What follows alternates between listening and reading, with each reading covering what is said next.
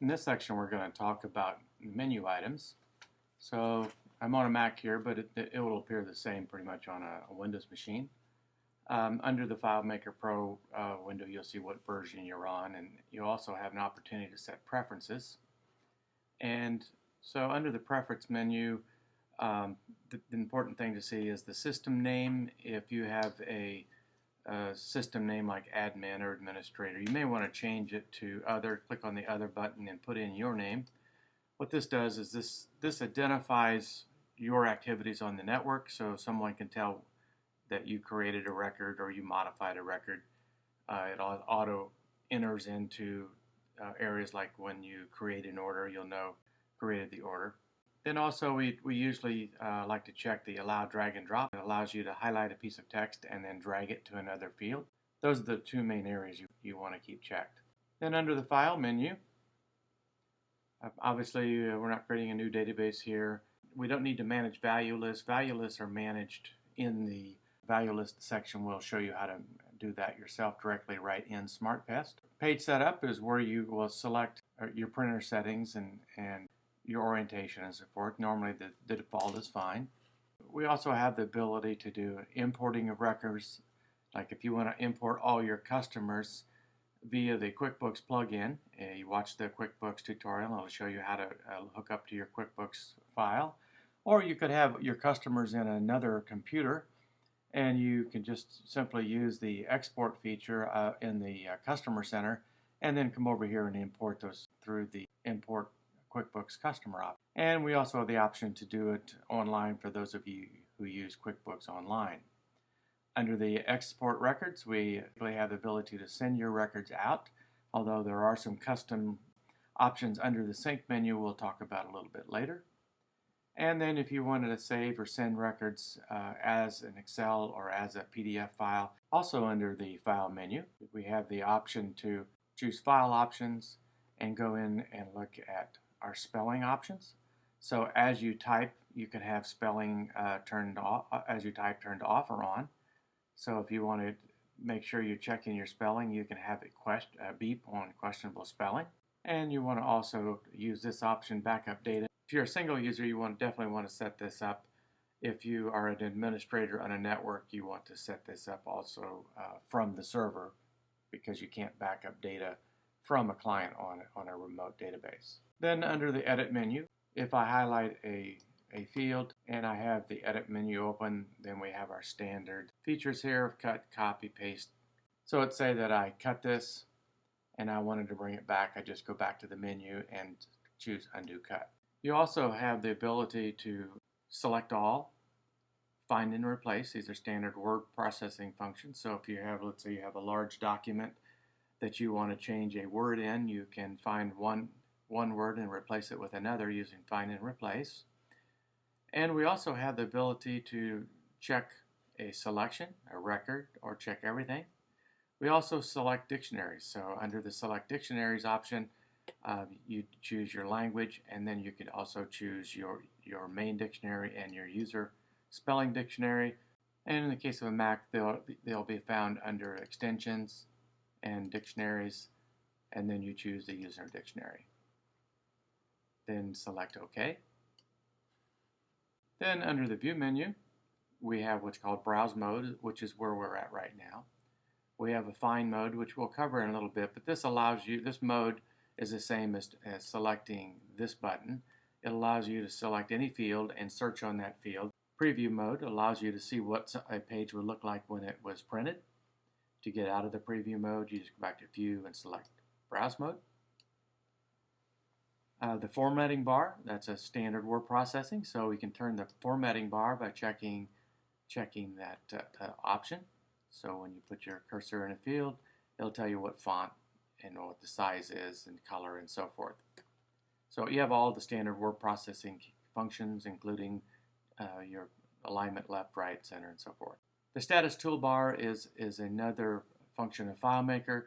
Basically, it's another way to allow you to look at records here. So we can see we're in a set of 289 out of 28,179 records, which is the same thing that's shown here without the status bar of 289 records out of 28. $8,179. So normally we would leave this closed. In fact, we close it automatically in the software. And then we have zoom in and zoom out. And those functions are also capable of functioning down here in the lower left. You can see this, the little mountain, the big mountain. So zoom in would be the bigger mountain. And as you can see, this makes it much easier to view the screen. And under the insert function, if you ever have your cursor in a field, and we'll just choose this note field down here, insert allows you to put in the current date. And I'll show you also have the minus sign. So on a Mac, it's the command minus. Current time would be command semicolon. And enter the current username. So let's try those. Command minus, command semicolon, and shift command in. So those are some helpful features. Formatting, we have all our standard fonts, sizes, text, and so forth, same as we showed you here. And the records menu, we can create a new contact by hitting the Control and the N key, or we could hit the new key here, new button here, does the same. We can duplicate a contact. That's quite helpful if you have your name and address entered for somebody and you want to create a duplicate copy for somebody else. If you hit duplicate, it will replicate everything in the record except for the first and last name. Deleting contact, whenever you delete a contact, it will always ask you if you want to delete the record. There is no undo to this, so we chose yes. I'd also like to mention that anytime that you make any changes to the database, those changes are saved automatically just as soon as you navigate or after a certain number of minutes. In addition to duplicate contact, we have a go to record function, which you probably won't use much here because we build all that into the interface. Show all contacts, Control J. If you are in a list, for instance, here we have a list of 289 records, and I wanted to show all of them. So I select that. You notice that my database now, I'm going to all of my records I'm in that list, and I happen to be on record 25,664 of those 28,000 records. And for omit contact, the command T, if I put my cursor outside this field, you notice there's a black bar that appears over here on the left. That means that that's the record that I'm on. I can remove that record from this list by using that function of omit contact or command T. So you see it's disappeared from my list. And you also have the ability to modify your finds, and we'll cover a little bit later, and sort contacts. So if I want to sort on a specific field, I can click sort, and then the fields appear here on the left, and then you can clear those and say, oh, I wanted to sort on the lead source, move that over, and that would allow you to do a very fast sort on your list. While we're talking about sorting, I'll let you know that we can sort by anything here in this list that has an underline. Those are predefined. So if you wanted to sort on customer name, you could also just click on customer name, and that'll go through your sort. And just be aware that the larger the group, the longer it'll take to sort that group of records. Under the script menu, we have some very helpful scripts. Go back or go forward, which is command 1 or command 2. So this would be like your back and forward buttons on a web browser. And under the window menu, we have a variety of housekeeping options, which may or may not appear depending on your version of the software. And under reports, we have quite a few reports. We have today's orders, bid requests, contact reports, email, and inspections. We have missed stops, finding our future schedule, unscheduled reoccurring appointments that you have set as reoccurring but you haven't scheduled them yet, or unconfirmed appointments that you've not actually spoken to the customer and changed the status to confirmed. Accounts receivable allow you to find all monies that are owed to you.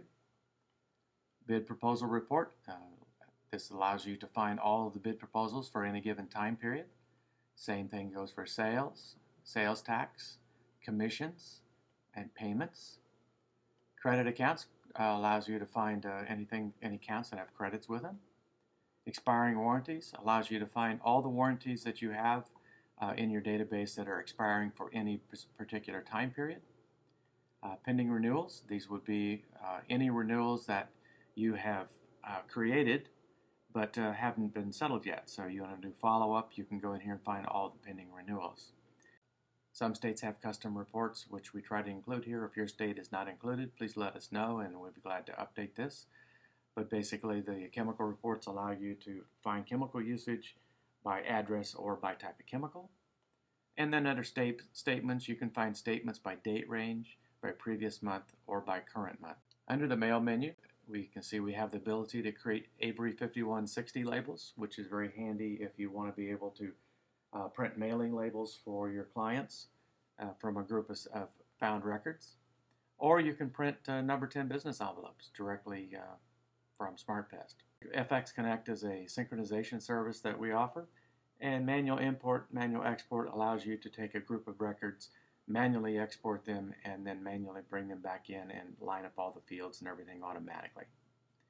Under the help menu, we have several important things. For instance, our online tutorial, which you're watching right now. This gives you access to that. Online backups links you to our recommended online backup service, although you can use anybody you like. We just want to make sure that you do have an online backup. Check for updates. Checks to see if we have a new version of SmartPest out that's available for you to download. SmartPest support allows you to fill out a support ticket on a web page and submit that, and one of us will get back to you at our earliest convenience. GoToAssist is what we use when we do get back to you. GoToAssist allows us to connect to your computer and run it just as if we were sitting in your office. And with your permission, we can even do the work after hours for you. License activation. This is how we activate the software. We have a tutorial on how that whole process works. If you're going to transfer the license to someone else, you just select this option. Our license agreement is found here. And I might point out that the version history is important because it'll show you all the new things that have been made in the most current version that you have. And then About SmartPest lets you know the version number you're on. So there you are. That concludes menus.